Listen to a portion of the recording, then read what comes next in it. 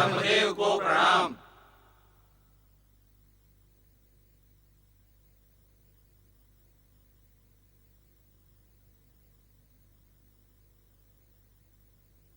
लंबे समय पश्चात तुम्हें ब्रह्मलोक में देखकर हमें प्रसन्नता हुई नारद। आपकी कृपा के लिए मैं कृतज्ञ हूं। परमपिता, हम जिस उद्देश्य से आप यहाँ आए हैं वो हमसे छुपा नहीं है देवराज। परमपिता, हम आपसे यही निवेदन करने आए हैं कि निवेदन करने की कोई आवश्यकता नहीं है देवराज। हम आपकी समस्या से परिचित हैं, परंतु आपकी चिंता व्यर्थ है। हमारी चिंता व्यर्थ है? हमारी चिंता व्यर्थ कैसे हो सकती है ब्रह्मदेव? आपसे वरदान पाते ही असुर सर्वप्रथम स्वर्ग पर ही आक्रमण करते हैं। इसीलिए हम आपसे विनती करते हैं ब्रह्मदेव, गजासुर को वरदान कदापि ना दें। क्या यह संभव है नारद? कोई निष्ठापूर्वक हमारी आराधना करे, कठोर तपस्या करे और हम उसे वरदान न दें? परमपिता, मैंने देवराज इंद्र को इस सत्य से अवगत करवा दिया है कि यह संभव नहीं है। यदि तपस्वी कठोर तपस्या करके अपने आराध्य को प्रसन्न करेगा तो उसे वरदान तो देना ही होगा। नारायण नारायण। जब तुमने देवराज को ज्ञात करा दिया था तो इन्हें यहां लेकर क्यों आए? क्या तुम ये समझ रहे थे कि प्रार्थना करने पर हम तपस्या और वरदान के नीति नियम बदल देंगे? नहीं परमपिता, कदापि नहीं। किंतु भविष्य में पृथ्वीवासियों और देवताओं पर आने वाले संकट का विचार कर आप गजासुर को वरदान ना देकर यह परंपरा तोड़ देंगे, ऐसी आशा हमने अवश्य की है और आप ही हमारी इस आशा को पूर्ण कर सकते हैं।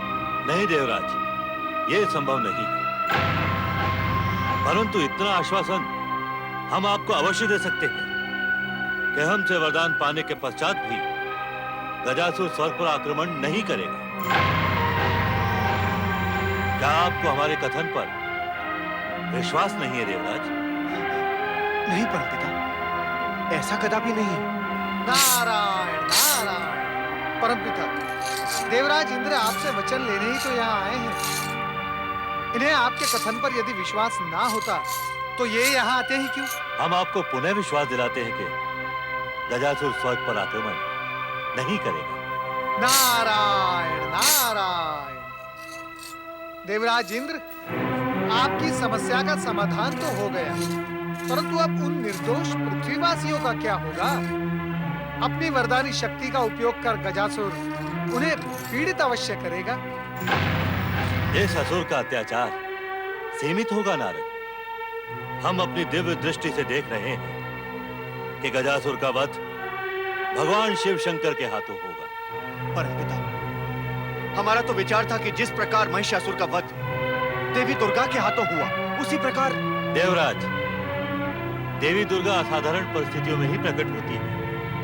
नारद, हम गजासुर को ऐसा ही वरदान देंगे जो भगवान शिव शंकर को उसके वध के लिए प्रेरित कर दे। ये तो आश्चर्य है परमपिता।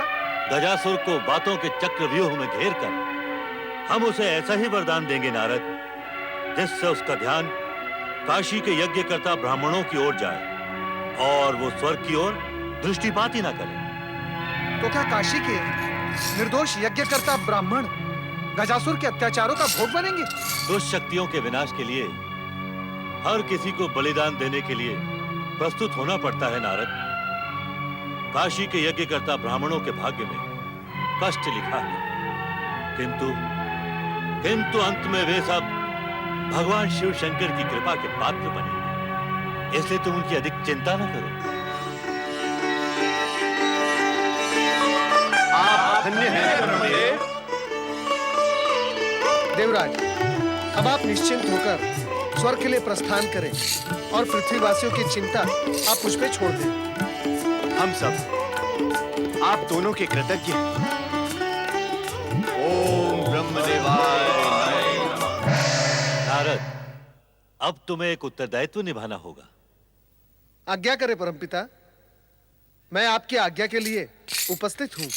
काशी के यज्ञकर्ता ब्राह्मणों को सावधान करो कि वे यज्ञेश्वर शिव की आराधना से विचलित न हो। यदि गजासुर ने उन पर आक्रमण किया तो भगवान शिव उनकी रक्षा करें। मैं तुरंत उन्हें ये संदेश पहुंचा दूंगा परमपिता। तुम्हें अपनी चतुराई का उपयोग करके वरदान के पश्चात गजासुर को स्वर्ग पर आक्रमण करने से भी रोकना होगा। ये भी तुम्हारा ही उत्तरदायित्व है। ये उत्तरदायित्व भी मैं निभाऊंगा परमपिता। मेरे लिए और क्या आज्ञा है? गजासुर के प्रहारों से बचने के लिए तुम्हें यज्ञकर्ता ब्राह्मणों के मन में भगवान शिव के प्रति अगाध भक्ति उत्पन्न करनी होगी।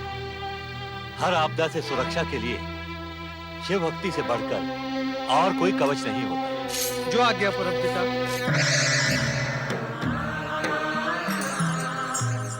जय जय शिव शंकर, जय शिव शंकर, हर हर महादेव, हर हर महादेव। नंदी, देवी पार्वती कहाँ? वे अपने कक्ष में हैं। यदि आप आज्ञा दें तो उनसे यहाँ आने की प्रार्थना करूं? उनसे कहो कि हम उनके साथ गगन विहार करके आनंद कानन काशी पहुंचना चाहते हैं। आनंद कानंद काशी? आनंद कानन काशी का नाम सुनकर तुम आनंदित न होकर उदास क्यों हो रहे हो नंदी? कुछ नहीं भोलेनाथ। तुम्हारी इस कुछ नहीं में भी बहुत कुछ है। तुम इसलिए चिंतित हो रहे हो कि एक बार कैलाश से प्रयाण करने के पश्चात हम दोनों कब लौटेंगे, तुम्हें इस बात का ज्ञात नहीं। ये सत्य है प्रभु। आप आनंद कानंद काशी जाकर शीघ्र ही कैलाश लौट आएंगे ना? यदि शीघ्र न लौटे तो? भोलेनाथ, आपके वियोग में हम अनाथों की भांति चिंतित और व्यग्र रहते हैं। कृपा करके आप शीघ्र लौट आएं।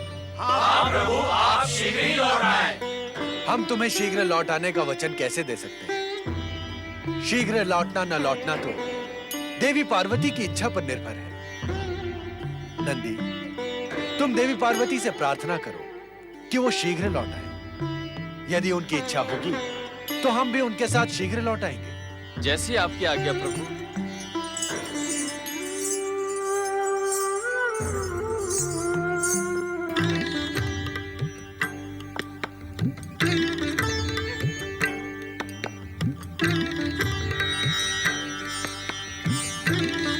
स्वामी, अचानक आनंद कानन जाने का विचार आपके मन में कैसे आया?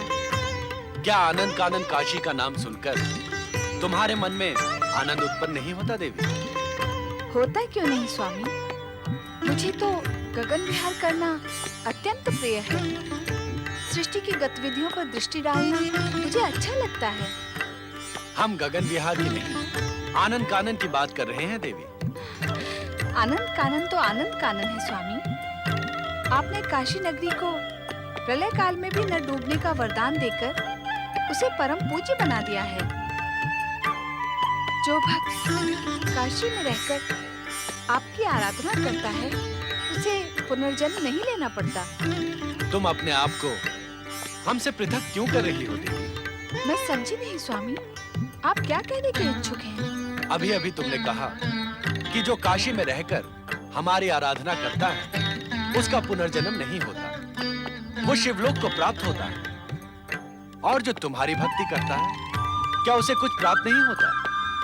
तुम तो साक्षात शक्ति स्वरूपा हो। तुम्हारी आराधना करने वाले को जो सिद्धियां मिलती हैं वो तो हम भी प्रदान नहीं कर सकते। नहीं स्वामी, मेरी वृथा प्रशंसा न करें। मैं जो कुछ भी हूँ आपके ही कारण हूँ। शिव के बिना शक्ति भला क्या कर सकती है? ओम नागेश्वराय नमः स्वाहा। ओम सुरेश्वराय नमः स्वाहा। ओम नागेश्वराय नमः स्वाहा। ओम महारुद्राय नमः स्वाहा। ओम काशी विश्वेश्वराय नमः स्वाहा। ओम पातालेश्वराय नमः स्वाहा। हर हर महादेव। स्वामी, देवर्षि नारद हमसे पहले ही यहाँ पहुँच गए। क्या आपने उन्हें बताया था कि हम यहाँ पहुँचने वाले हैं? कदापि नहीं देवी। लंबे समय से हमारी नारद से भेंट ही नहीं हुई। हम ये जानने के इच्छुक हैं कि नारद यहाँ किस उद्देश्य से पहुंचे हैं। यदि हम वहाँ पहुँचेंगे तो उनका ध्यान बढ़ जाएगा। और वो जो कहने के इच्छुक हैं नहीं कह पाएंगे। तुम सत्य कह रही हो देवी। हमारा वहां अदृश्य होकर पहुंचना ही उचित होगा। परंतु इतने अदृश्य भी ना हो कि नारद को भी दिखाई न दे। अर्थात तुम ये कहने की इच्छुक हो कि हम केवल नारद को दिखाई दें, यज्ञकर्ता ब्राह्मणों को नहीं। और नारद को भी हम तभी दिखाई दें जब उनकी बात पूरी हो जाए। पता तो चले कि नारद इन ब्राह्मणों से क्या कहने के लिए इच्छुक हैं। जैसी तुम्हारी इच्छा। ओम नमः शिवाय। देवर्षि,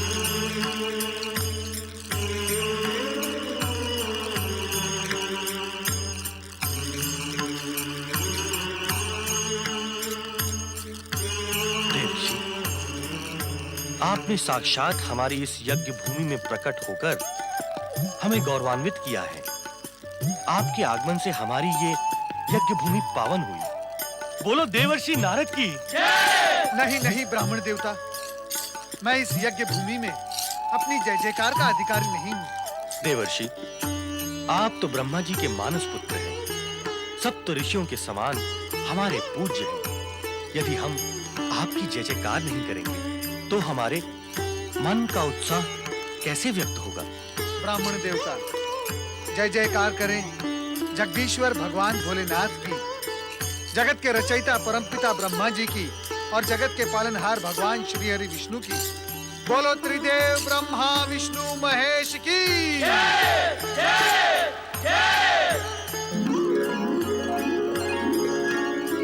ब्राह्मण देवता, आप परम पावन आनंद कानन काशी के यज्ञकर्ता ब्राह्मण हैं। आपके द्वारा किए गए यज्ञों के कारण सुवृष्टि होती है, चारों ओर सुख समृद्धि का वास रहता है। हम तो ये सब शिव भक्ति हेतु अपना कर्तव्य समझकर ही करते हैं देवर्षि। ये मैं भली भांति जानता हूँ ब्राह्मण देवता, परंतु इस समय मैं आपके पास एक विशेष संदेश लेकर आया हूँ। आप हमारे लिए विशेष संदेश लेकर आए हैं देवर्षि। किसका संदेश देवर्षि? स्वयं परमपिता ब्रह्मदेव का। ये संदेश सुनने के लिए हम अत्यंत उत्सुक हैं देवर्षि, कृपा कर सुनाइए। ये संदेश सुखकारी नहीं है। ये संदेश सुनाते हुए स्वयं मुझे भी संकोच हो रहा है। संकोच ना करें देवर्षि, हम आपके श्रीमुख से कैसा भी गंभीर संदेश सुनने के लिए प्रस्तुत हैं। शीघ्र ही आप पर घोर संकट आने वाला है ब्राह्मण देवताओं, इसीलिए आपको सावधान रहने की आवश्यकता है। कैसा संकट देवर्षि? ये संकट शक्तिशाली असुर के अत्याचारों के रूप में भी आ सकता है, परंतु आप यज्ञेश्वर भगवान भोलेनाथ की आराधना में लीन रहें। ये आनंद कानन काशी भगवान भोलेनाथ और माता पार्वती का प्रिय क्षेत्र है। यहाँ निवास करने वालों की और यहाँ रहकर भगवान भोलेनाथ की आराधना करने वालों की वे सदा रक्षा करते हैं। शिव आराधना तो हमारा परम धर्म है देवर्षि, उसे हम भला कैसे छोड़ सकते हैं? मैं एक और रहस्य की बात बताने यहाँ आया हूँ। परमपिता ब्रह्मा जी ने यह भी बताया है कि जो असुर आप पर अत्याचार करेगा उसका वध भगवान भोलेनाथ के हाथों ही होगा। इसीलिए आप यज्ञ और भगवान भोलेनाथ की आराधना निश्चिंत होकर करते रहें। बस यही संदेश देने के लिए मैं यहाँ आया था।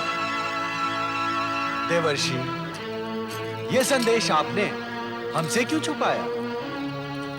प्रणाम भोलेनाथ, प्रणाम माता भोलेनाथ। कोई भी रहस्य आपके लिए रहस्य रहता ही नहीं। मैं तो केवल। क्या आप हमें विवश करने के इच्छुक हैं कि गजासुर का वध हम करें? आप जानते हैं कि जब तक कोई असुर अत्याचारों की चरम सीमा लांघ नहीं जाता, तब तक हम उसका वध नहीं करते। और यहाँ तो इस समय केवल उसके अत्याचारों की बात ही हो रही है। हम चकित हैं देवर्षि, क्या आप अभी-अभी भगवान शिव और माता पार्वती से बातें कर रहे थे? क्या आपको भगवान भोलेनाथ और माता पार्वती के दर्शन नहीं हुए? नहीं देवर्षि, हमारे ऐसे सौभाग्य कहाँ। ये शिव लीला थी महानुभावों। स्वयं भगवान भोलेनाथ माता पार्वती के साथ यहाँ पधारे थे, इस यज्ञ भूमि को पावन किया। इससे बड़ा सौभाग्य और क्या हो सकता है। स्वयं भगवान भोलेनाथ आपकी रक्षा के लिए यहाँ फिर पधारेंगे। आप निश्चिंत रहें।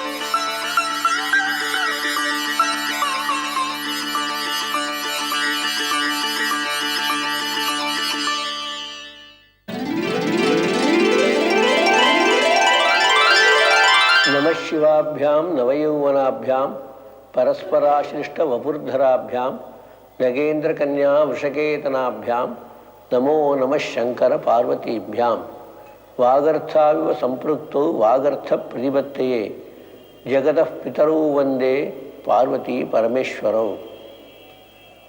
माता च पार्वती देवी पिता देवो महेश्वरः बांधवा शिवभक्ताश्च स्वदेशो भुवनत्रयम्। प्रभु भगवान शंकर भगवान है। शंकर का मतलब यही है शम करोतीति शंकरः, सुख देने वाला जो है वही शंकर भगवान है। शम भुः ऐसे एक शब्द है, शम भवती यस्मात् शंभुः, यहाँ से सुख मिलेगा निकलती है वही शंभु है। वहाँ जाकर के शंभु जी के पास जाकर के प्रार्थना करके आशीर्वाद लेना। जो भक्तजन हमें 108 बार ओम नमः शिवाय लिखकर भेजेंगे, उन्हें जगत गुरु शंकराचार्य की आशीर्वादमयी जपमाला भेंट की जाएगी।